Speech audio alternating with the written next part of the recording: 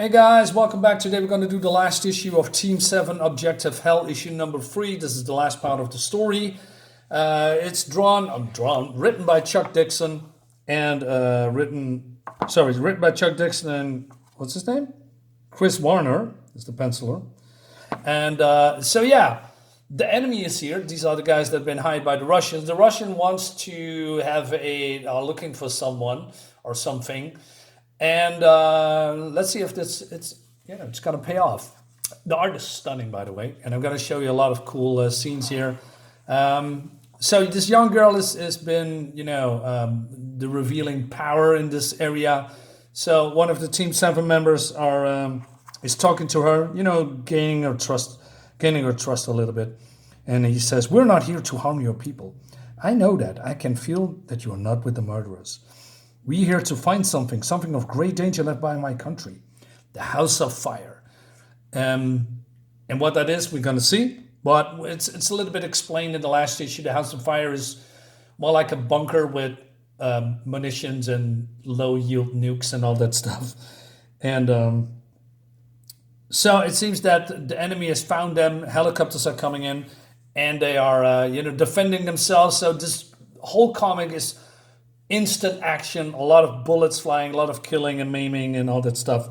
But it seems that this girl has a lot of power to defend herself and her village from the enemy. And she's conjuring some kind of maybe an illusion, of a giant dragon in the sky, and that disorientates or the enemy's helicopters. So, they are crashing and also being defenseless, but it seems that they are a lot of, they are armored. So one of the team members is using they're calling it a mojo, and this whole helicopter explodes. Look awesome. I'm not familiar with these guys' powers, what they can do, and so I was wondering actually what they can do, right? Because, I'm a little bit invested in this team. And again, look at this explosion and this whole action scene. It looks awesome. The colors are nice too. Really well done. So this girl has, used her power up, and she's very tired now. So we're close to our target, Dane. Cray, stay behind to cover our shadow. There's got to be troops following those helos. Aye, aye, Skip. And so Slayton, 2 points. We near our target's reps. Soon as we obtain our target, we call for dust-off. Probably, military speak for getting the hell out of here. And she says, "What's your name?" "Call me Cash." So, Cash. So this is then Grifter, I believe. And her name is Xiang. "Is this your village?" "I have used my power to hide this place. You did good. I'm sorry we brought the Khmer Rouge down on you. It's not them that I fear." I wonder what that means. Enemies coming from left and right. It seems that Deathblow cannot have not the same mojo as the other ones, so he cannot feel the enemy. Well, the others can. Look at this. I don't know, it was the C4 or an explosion that ripped the enemy to shreds. It's just so awesome, cool, man.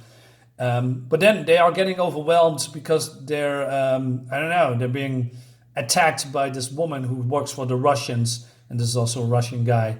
And she has, I believe, some kind of a psionic powers, just like the rest of them. I believe they have all some kind of a psionic powers or telekinetic powers, but like I said, I'm not entirely sure because my knowledge about Team 7 is minimalistic to zero. And basically, this is my first introduction to this book and these teams, and I like them a lot. But there's only 3 issues, so there's not much room for fleshing out. But there's a reason for that. I'm gonna show you that a little bit later. Anyway, so they are here at the village. "I have told them that you mean no harm. No one comes here. I've surrounded the valley with the power of fear." Yeah, she's pretty powerful, I guess. "Where did you get this power, Xiang?" "I was born with it, a spirit. It was only a spark, a way of knowing, but when the killing began, it became a flame." "Were you born with the flame?" "Not exactly. No, they are being, injected by some kind of a serum, I believe, and that gave them their powers. We're on the clock, Cash. Can we expedite this? All right. But then Fairchild, who is the father of Caitlin Fairchild, who is on Gen 13, senses something. And then we go back to the place where these guys are being attacked. And it seems that Cray is dead, and he's using his powers to revive him, but he have never done it before because mostly his power is for destruction. So the enemy faction comes in. Dead one, alive one, place him on the guard. Yes, comrade Rostov. So he turns around, he says, yeah, fat chance. Don't even think about it. And he's using his mind powers.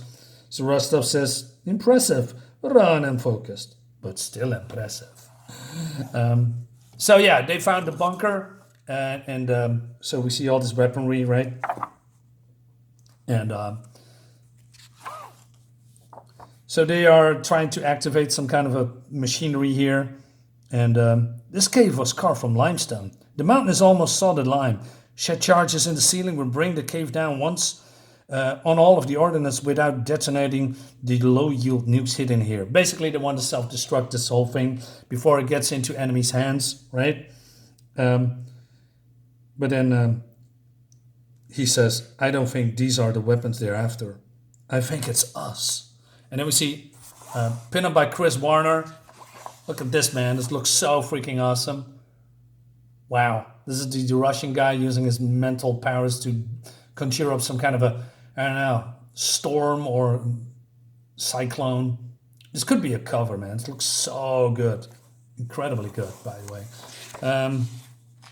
Oh, yeah. The 90s. Wasn't that wild? Meanwhile, the enemy forces are coming in. Only 2 of them. And these guys try to attack them. She's conjuring up some kind of a shield. So this Russian guy says, you will all be my pupils. My department in the Soviet Union is experiencing these powers so new to you. With these skills, I will mold you and the other into masters of your talent instead of slaves to them. But first, I must cleanse you all of your mind of all memory. Then you will be reborn in my image. And he's calling out for Cray, and Cray's waking up. And while the other ones are just still attacking them. So this guy's, seeing this fleeing villages and uses his, psionic powers to kill them. But then, I believe this is Backlash. And so he's using his psionic powers, but the other one is too strong. But then something is awakening in him, and all these energy tendrils grabs this guy and snaps his back or neck. And he says, whoa, new ordnance. Nice little trick. But now I know better ones. Meanwhile, Xian is here seeing that her village is completely destroyed and all of the loved ones are killed. And while this guy is being memory wiped by the Russian, right? Then Cray comes in, well, before that. So this woman is laughing. She says, we're not even in a league. She's way too powerful. Reminds me a little bit of, Jean Grey when her Phoenix powers awakened. I love that stuff.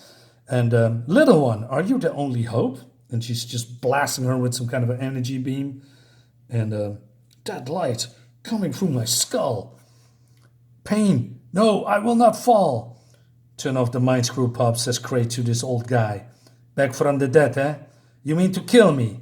It would be so much easier to kill yourself. But then he says, no way! And he shoots this guy. And then this girl is, I don't know. She says, not this way, not at the hand of a child. And she's been, ripped apart, atom by atom, molecule by molecule. It looks amazing. And Cray says, Dane, you still with us, Dane? I don't know, he's a mess, right? And then, so the threat is over. We're 20 minutes away from detonation. Did you radio off for dust off? Yeah.